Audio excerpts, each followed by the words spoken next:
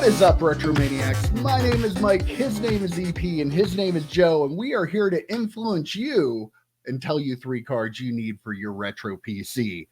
I'm going to kick it off this week. You know, collecting is about nostalgia at its core, right? We agree on that? Yeah. I'm going to bring out a card this week that I think is going to blow both of your minds as well as the viewers. I'm ready. The nostalgia blast is going to be huge on this one. I'm going to travel back to 1995, and I'm going to pick a Joe Montana card. Okay. But it's not any Joe Montana card. You know, back in the 90s, like, they kind of like to turn everything into metal. Be it coins, be it other things. It was really a big deal to turn stuff into things that were metallized. Well, I have the 1995 Highland Mint. Oh, God. Which the bronze card, there it is, of the Amazing. 1992 Upper Deck Joe Montana. Isn't that awesome? Amazing. I mean, comes with a certificate of authenticity. Look at that. Easy for me to say. Numbered out of 5,000. They also made silver and gold versions. You guys remember these from the shop? This is a blast back in Mike's Upper Deck. Talk about a snapshot, right? I think they cost, I think the bronze cost $30. Does that sound right? Back in the day, it might have been 40. I know the golds were like 100 30 years ago, so don't hold me to any. Yeah, it was somewhere between 30 and 50. Like the last one that sold on eBay sold for like $15, which I was actually kind of surprised about a little bit. But yeah, the Highland Mint 1992 Upper Deck Joe Montana. I mean, you have to admit, these are really cool. Yeah. Like, I'm a little nervous about PSA grading that because I know. screw down. It is recessed. Oh, okay. So You're safe. yes. You're safe. We are safe with that. But yeah, that's my choice this week. I used to sell these at the shop. I sold a lot of them too. This one probably came from my shop. I don't know where it was. I think it was in a collection I bought, but the person I bought the collection from probably bought it from me. So there we are. The circle of life in the card hobby. I really thought you were going to pull out a coin. How one of us is not. I thought about it. Maybe for next and week. It may happen because I have quite a few. Yeah. Okay. All right. I feel like if you put that in an actual screw down without it wasn't recessed, would the screw down crack first or the card crack first? Like what would give first? Cracking for sure. That would be a fantastic video idea, wouldn't it? That's a short. Yeah. I'll start doing shorts or TikTok EP. Yeah, that would be great. Yeah. All right, what do you have for us this week? All right, I just texted you guys earlier. I said, listen, I'll be excited one of these days when when 2 of us have the same card or all of us have the same card. This one is right in our real houses. I feel like everybody's gonna know this. Everybody who watches us probably knows this card. It's the 1998 metal Randy Moss rookie card. It's my favorite rookie card of Randy Moss. Again, he's in a Marshall uniform. I've said before that I'm not a huge fan of college unis, but this one has the logo. It's a cool card, like the dude flying in, the defender flying in from the background, him catching the ball, and I mean, he's a player who they made up a word. You got Moss, like they made up a word for this guy. Like he is one of the most dominant players we got to see in person in our lives, and he's somebody that I'm just like I could go 6-10 episodes just with cool Randy Moss cards that I own. I might do that, I might not, who knows, but. Like I feel like I'm a rookie collector, and this is my favorite rookie of his, so I love it. And it looks like you might be sending that in to get graded somewhere by the looks of the holder. Yeah, I have it in a holder. It's probably an 8.5. It's probably 8.59. So it would be for me. Like I would also could see myself collecting rookie cards of these players who are Hall of Famers, of football players, like I'm doing with the basketball. I could see myself doing the same thing with football. So this is my card from back in the day. I pulled it back in the day. I do want to get it graded at some point. It is on a holder to get graded. So yeah.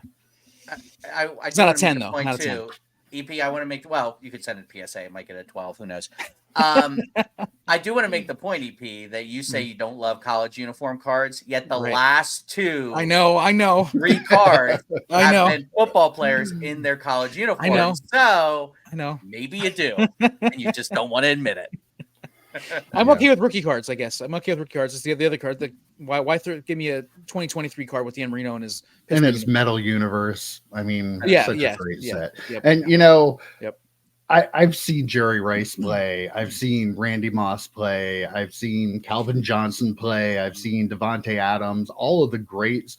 Randy Moss, his ceiling was way above any player I've seen at any position in any sport. Like If you played against him he in was fantasy just- football, you were scared. Yes. yeah, Yep. like he was just so like gifted. He was an athletic freak.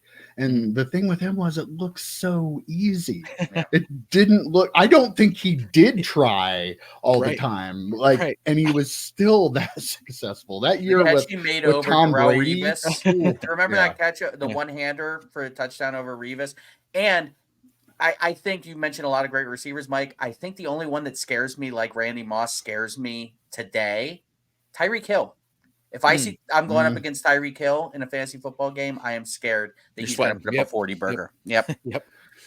All right, Joe, what do you have for us? All right, we talked a lot about football this morning already. Let's talk a little not sports. Let's talk. Okay, I like that. Let's talk DC. What? I know they everyone wants to have talk about cards? Marvel. Let's talk about DC. My card today, and Mike, I'm gonna have to make you do double work because it's a two-sided card.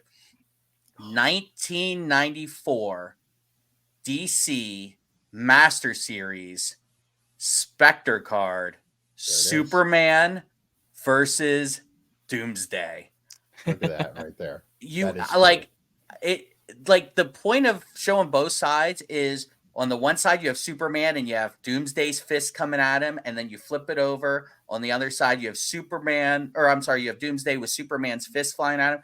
It's just such an awesome card. That whole set is really awesome. I know people love the Marvel Masterpieces Battle Specters because they're on the same, like Venom versus Spider-Man and Thanos versus Silver Surfer. These were like little scenes. I thought they were so much cooler. You had Batman Joker, you had Flash Reverse Flash, you had Green Lantern versus Parallax, which is my personal favorite, but I think the Superman Doomsday is just such a cool card. The fists coming at each other was so cool.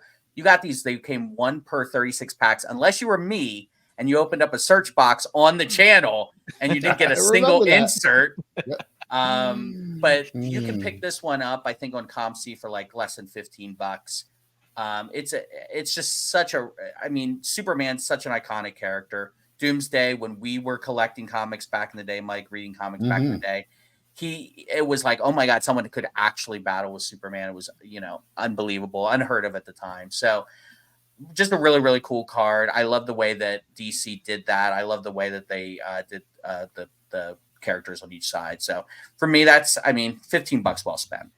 Great card. Definitely. And how we have never gotten a series of movies about the death of Superman, the rise of the Superman. Like, what are you doing, great. DC? Like that Nightfall with Batman. Like, there are and they movie try and series. pigeonhole these stories into into they other did Batman things. versus Like, Superman. no. They tried to pigeonhole Doomsday, and it was just terrible. Like, they made Doomsday look like just a big oaf.